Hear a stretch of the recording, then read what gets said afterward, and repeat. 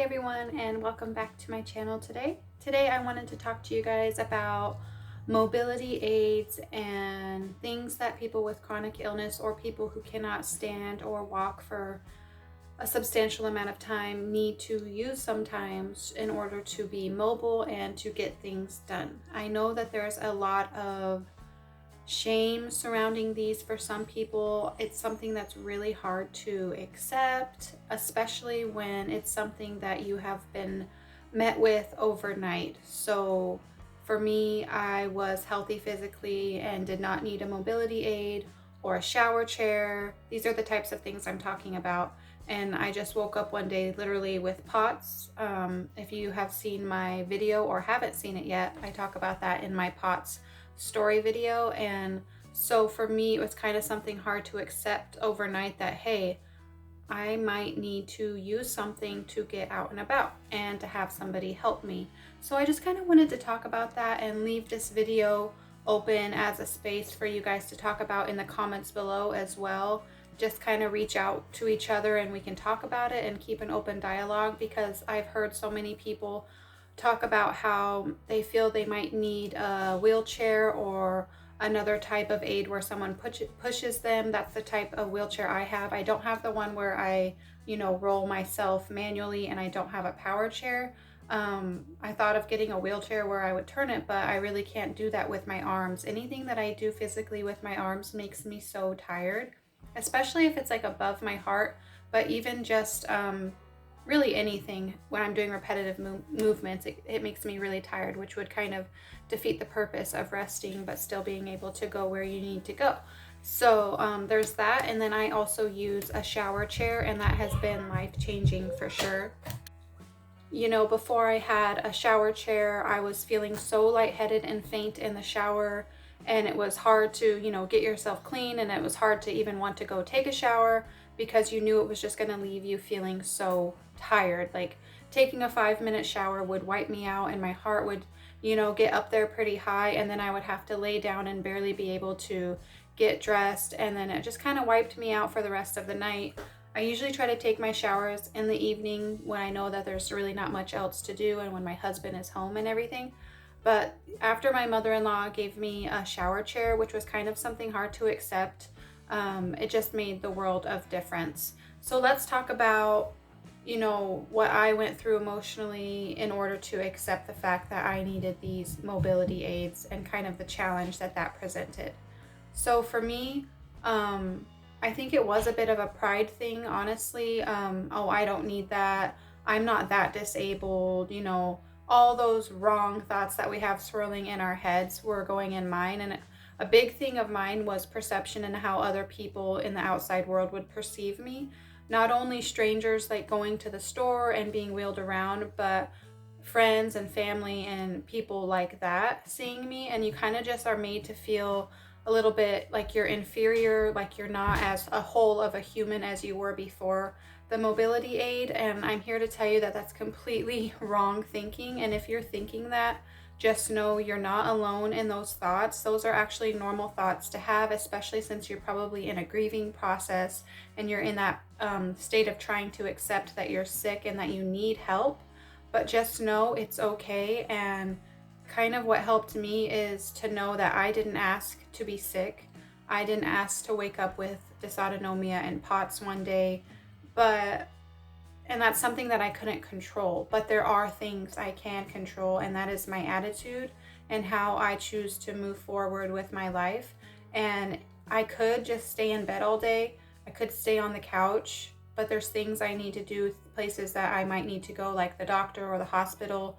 And yeah, maybe I can't walk, several hundred feet or whatever it is from the car to the building, and then in the building, walk to the office, wherever it may be. So I need to go, and that's a fact. So how am I going to get there? Am I going to make myself sick and feel like passing out? And, that brings its own anxiety. Or am I going to make myself feel more comfortable and safe and have someone push me along? I think I'm going to choose that. That's what I decided. I decided that, yes, it's going to be hard at first. For me, it felt embarrassing. Didn't really analyze why it felt embarrassing, but I'm sure it might for you. it's just, you know, it's a big change, and, you know, people are going to look at you differently. And even in the stores, I had this fear of, okay, I don't look sick. You know, POTS is a lot of times an invisible illness. I look like everybody else that's walking. I felt like they were going to look at me and judge me and say, you don't need that cart, you know, those power chairs that they have in the store, because that's what I started using at first in the beginning. I felt like they would look at me and judge me and think I was just being lazy because I had no outward signs of illness. But I just kind of had to get over that and not focus on what everyone else was thinking about me, but actually be proud of myself for going to the store or going where I needed to go and getting things done and take care of myself. So I kind of looked at it that way as a positive thing, because just laying in bed and not getting things done or not taking care of myself and going to the doctor was definitely not going to help me. And so the sooner I accepted that it was okay if people stared at me, it was okay if people thought of me differently, because I am different now. It doesn't make me less of a person. I'm the exact same person that I was before, but actually even better in some ways, because I know I'm stronger now. I know what I can, I know I can overcome things that seemingly are impossible to overcome. And so it's kind of made me feel stronger, and it's made me look at the world of illness, chronic illness, people with disabilities in a new lens, and it's made me appreciate the struggles that they go through. Sorry, I kind of lost my train of thought because I got interrupted by my son, but let me try to get the ball rolling here again. No, being sick isn't something I asked for. It's not something that you watching this video asked for, but it's something that we can take and we can kind of transform our minds and our attitudes going forward, and just kind of learn to accept the limitations that we have, but still challenge ourselves and still grow. And it just kind of helps us to see the world in a different lens that we weren't able to see before. So there are blessings that come with adversity, and that's something I challenge you to really take on and to see, and just kind of keep pushing forward and try to have a positive mindset, as hard as it is. I am not this positive all the time. I try to be encouraging to others as much as I can, and I try not to have such negative talk that I used to have in the beginning to myself, because that's the most damaging. I think my attitude and my outlook has changed a lot for the better, and that's helped my mental and emotional state a lot. So I just kind of wanted to make this video to encourage you, to help you to know you're not alone. And if you're struggling, reach out. Like I said, the comments are open. That section is open for you guys to have a dialogue or ask me any questions that I have.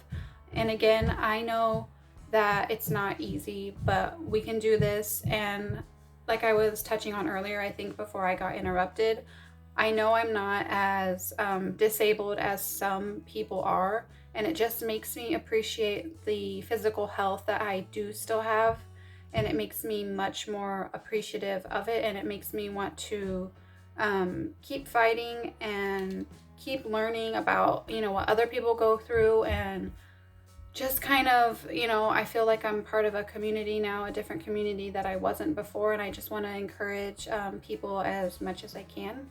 And I hope you guys can do the same for each other. So that's pretty much what I wanted to say in today's video. I hope you guys are staying safe during these hard times and this coronavirus that seems to be getting more pervasive and just worse and worse. I know a lot of counties in my state have shut down schools altogether and are moving toward only distance learning. And, you know, there's a lot of challenges that we're all facing right now. So being sick on top of all of these challenges, I know is taking a toll on our minds, on our mental health and our emotional well-being, not only, you know, just our physical bodies, but everything else. It's all encompassing, and sometimes it feels hard to breathe. I know it does for me, but we can get through this. And please stay safe, stay home, wear a mask, and do what you can to keep yourself, your family, and others safe. So anywho, I will end the video there, and I will see you in the next one. Bye-bye.